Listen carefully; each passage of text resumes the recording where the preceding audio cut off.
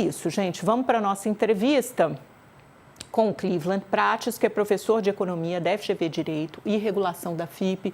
Cleveland, professor, muito obrigada pela sua participação aqui no Mercado Aberto. Vamos tentar colocar um pouquinho os pontos nos is e saber, em toda essa briga institucional em torno do Master, parece que todo mundo está botando as manguinhas de fora e querendo marcar o seu espaço, delimitar seu território mesmo, muitos deles avançar sobre as suas prerrogativas, seja numa operação abafa e outros fazendo uma força danada para investigar. De um lado temos Polícia Federal, Banco Central, do outro temos Supremo Tribunal Federal, Tribunal de Contas da União, cerrando fileiras e rangendo os dentes, assim, para de alguma forma essas investigações não avançarem. Como é que você vê o papel de todas essas instituições, o que está fora do lugar e que tipo essa conflagração que ela pode prenunciar? Bom dia, Amanda. Obrigado pelo convite. A impressão que eu tenho um pouco é que está difícil achar quem está dentro dessa história, né? Quem está tomando as atitudes que deveriam de fato tomar. Se a gente começa a olhar ponto a ponto, a gente tem um TCU que, de longa data, ele já vem pegando casos que não deveriam pegar. Isso passa por agências reguladoras de todos os setores, mas, particularmente nesse caso, eu acho que o TCU foi longe demais. Principalmente porque a gente está falando de uma questão regulatória que é de competência exclusiva do Banco Central. O que o TCU poderia fazer seria uma avaliação eventual de gastos que o Banco Central tem nas suas operações, gastos de dinheiro público. Nada mais do que isso. Então, eu acho que o primeiro aspecto a entender é que o Banco Central ele está atuando adequadamente e o TCU resolveu botar a mão, eu não sei nem porquê, nessa história, né? Não tem competência para isso, não tem capacidade técnica para isso e só gera insegurança jurídica e tudo mais, né? Isso pode gerar um problema lá na frente. A outra coisa que me chama a atenção é, até agora, eu não entendi por que esse caso está no Supremo. A gente está falando, salvo o melhor juízo e as informações que a gente tem, de um contrato de compra e venda de um imóvel entre uma pessoa que é acionista do banco e um deputado. Mas isso não tem nada a ver com o processo de fraude e outras coisas mais. A terceira coisa que também me chama a atenção é que quando a gente olha o andamento desse caso dentro do Supremo, é um caso que, se fosse para ser levado à frente do Supremo, a regra deveria ser a transparência. E o que a gente menos tem nessa história é a transparência. Parece que está sendo fechado toda a informação que chega, todas as provas que são colhidas, e, particularmente, me assusta um pouco a gente ter dois ministros que têm alguma ligação com o caso. Ligação que eu quero dizer tem parentes próximos ligados ao caso, o que, ao meu ver, deveria suscitar por parte deles um compromisso de se declararem suspeitos. E suspeição, gente, não significa que a pessoa está se declarando culpada de qualquer coisa. É simplesmente uma forma de se proteger e uma maneira também de proteger a instituição.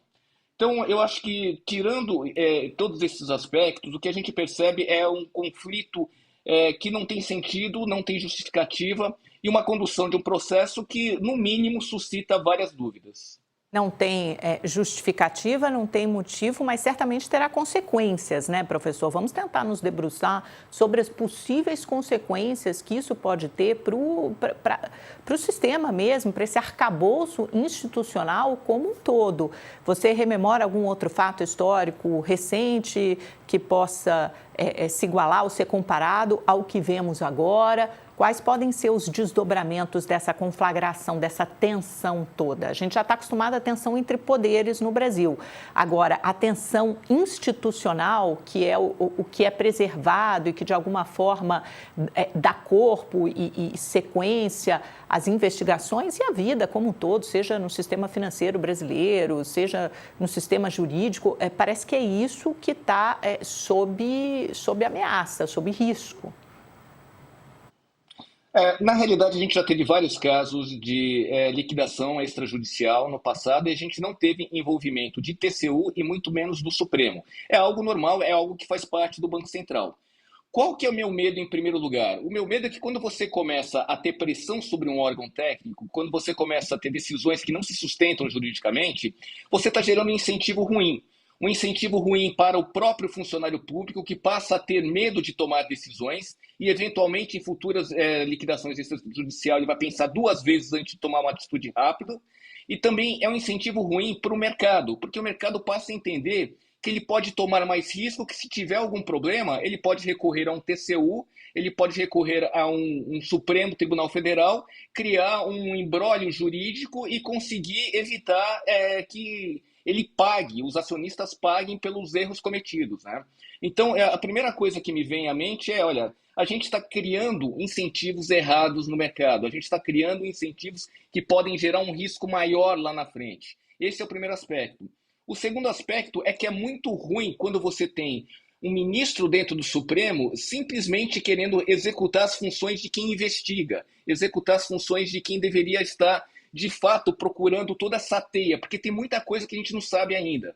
E você, quando começa a fechar, quando você começa a botar restrições, obrigações de investigação rápida, a forma como está sendo que o ministro Toffoli está agindo, isso é um problema. Isso é um problema porque, de novo, parece que a gente está tendo uma situação em que quem deveria estar investigando tem restrições. E se você tem restrições, pode ser que você não descubra tudo o que está acontecendo. Mais uma razão que eu entendo que a declaração de suspeição tem que ser feita com urgência desses dois ministros. E outra coisa que tem me assustado é essa proximidade entre o lado político e o lado técnico do Supremo. Eu não vejo sentido em um ministro ficar frequentando o executivo ou ficar frequentando o legislativo. Eu acho isso muito ruim, é um sinal péssimo para a sociedade. Independentemente do que ele esteja fazendo, do que tenha sido discutido lá, principalmente num momento como esse, que as pessoas estão olhando aquilo assustadas, você começa a ver ministro conversando com o diretor da Polícia Federal dentro do executivo e outros políticos juntos, é muito ruim, é um sinal péssimo para a sociedade. A gente não está discutindo legalidade aqui, mas sim legitimidade. Se as pessoas começam a desconfiar de um órgão que deveria ser o órgão supremo da democracia, isso é muito ruim para a sociedade. É um ótimo ponto, né? Estou até anotando aqui, porque a gente fica depois com essas ideias né, para escrever, para explorar mais esse assunto, mas o que está em xeque aqui é isso, é uma erosão da institucionalidade, dada essa república de compadrio, camaradagem, que mistura o tempo todo política e economia, interesses, né, pessoais e privados. E você também tem essa parte aí da legitimidade. Às vezes uma coisa pode ser legal, mas não quer dizer que ela seja legítima ou seja vista dessa forma aos olhos da sociedade. E quando a gente olha para esse novo lance que foi dado ontem pelo ministro Alexandre de Moraes sobre a investigação de órgãos como Receita Federal e COAF no inquérito de ofício, ou seja, sem provocação da Procuradoria-Geral da República, sem pedido da Polícia Federal, para abrir um inquérito para investigar um suposto vazamento de dados de pessoas relacionadas a esses ministros. Tem um contrato da mulher do Alexandre de Moraes com o Master, que até hoje não foi negado, um contrato milionário, e também tem a história que o senhor mencionou aí, né, do envolvimento, a Folha de São Paulo revelou nesse último fim de semana, do envolvimento de primos, de fundos da REAG ligados ao Master, investindo num resort de luxo, o Taiaiá, que eram parte da sociedade dos irmãos do ministro Dias Toffoli. Tem duas coisas assim que estão me assustando terrivelmente. A primeira delas é lembrar que o Supremo, no passado recente, ele julgou um item do Código de Processo Civil que tem a ver com impedimentos. E ele simplesmente rasgou algo que foi aprovado pelo Congresso, né?